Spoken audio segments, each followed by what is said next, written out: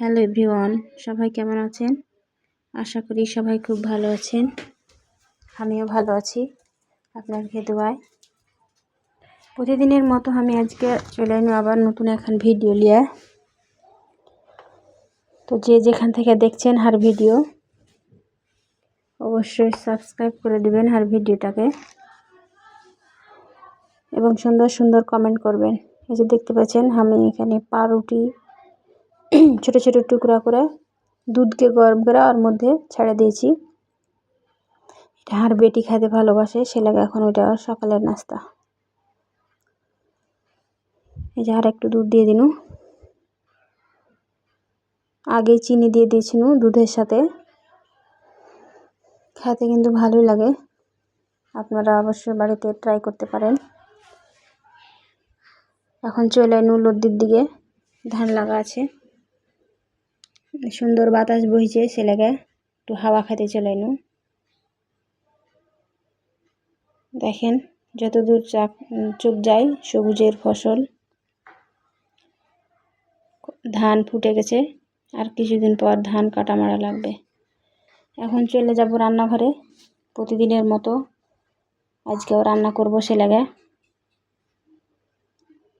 গ্রামের মহিলা যারা আছি, সংসার করছি, বেকার, তারকে প্রতিদিনের মতো রান্না শুরু হয়ে গেল। 11টা বাজলেই রান্না শুরু। তো আজকে আপনারাকে রান্নাও এরকম দেখাবো না,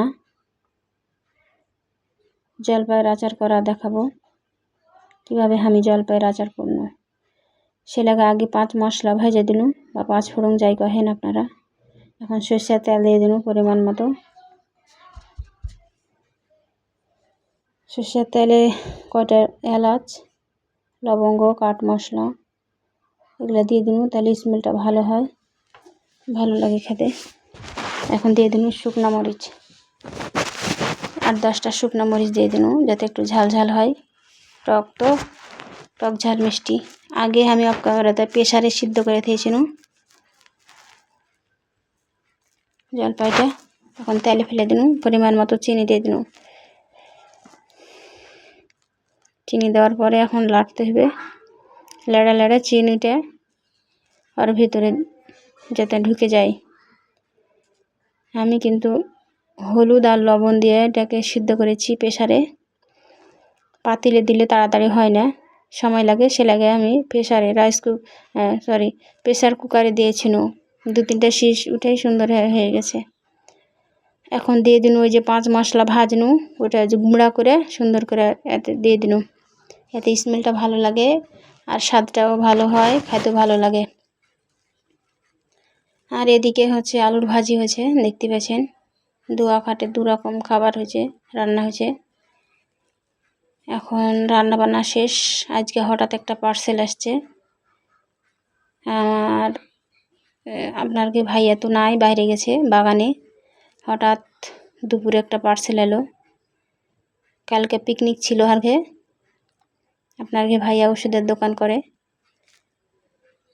তো যতগুলো দোকানদার আছে সবার জন্য মহাস্থানগড় মানে নওগাঁ বগুড়ার দিকে হচ্ছে পিকনিক।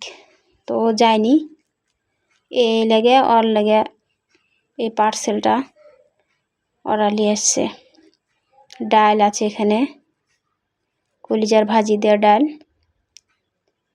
আর এটা হচ্ছে রোস্ট প্যাকেট করা আছে সবই।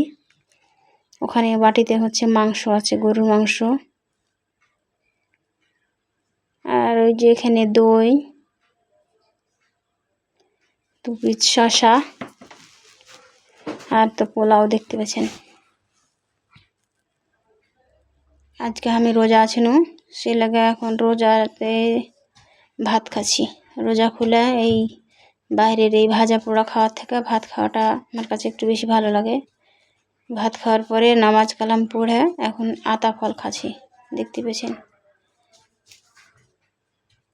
আতা ফলে কিন্তু খুব পুষ্টি আছে, পুষ্টিকর খাবার। আর কি বাড়ির লয়, আর যা দিয়েছে ওর গাছে হয়েছে, তো 3টে দিয়েছিল, একটা প্যাকেছে, ওটা এখন খাচ্ছি। আর এই যে 2টা পাকেনি, তো সবাই ভালো থাকবেন, সুস্থ থাকবেন এবং আমাকে ভালো ভালো কমেন্ট করবেন।